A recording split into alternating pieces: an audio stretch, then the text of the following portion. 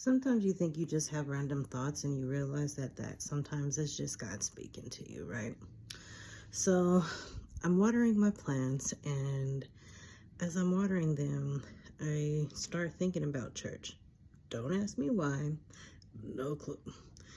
And as I thought about it, I was thinking about how I talk to my plants.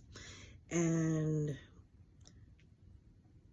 everything that I have been taught from a little girl up into teenage to adult years is all this stuff is witchcraft. All this stuff is witchcraft.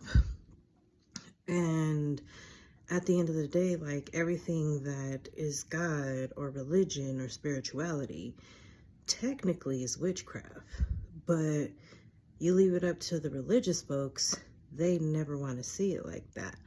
But the thought ended up going was like, a lot of reasons why these churches and religion teach against practicing spirituality in different ways has a lot to do with being controlled and manipulated. And I say that for the simple fact that when you teach others how to hear God for themselves, then what is the church for? And that's where a lot of people are starting to understand God's not in a building. And God is in the people. God is in our hearts. God is in every single thing that we see, feel, touch, hear, and can taste. Literally. And it's just an amazing thing that it took me genuinely opening my mind up to the world of possibilities and begin using my imagination. Because when you're trusting God, you're trusting in an entity that you really can't see. So you genuinely have to use your imagination.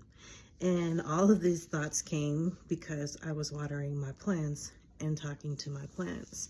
And it began thinking about how the churches I've gone to would preach against Disney Channel and all the things that they're doing, but yet that's exactly how God was prepping the younger generation to see him in a different way. People are being burnt by people in the church, and it turns people away from it. You think God didn't have a plan from jump to figure out how God was going to reach people? Yeah.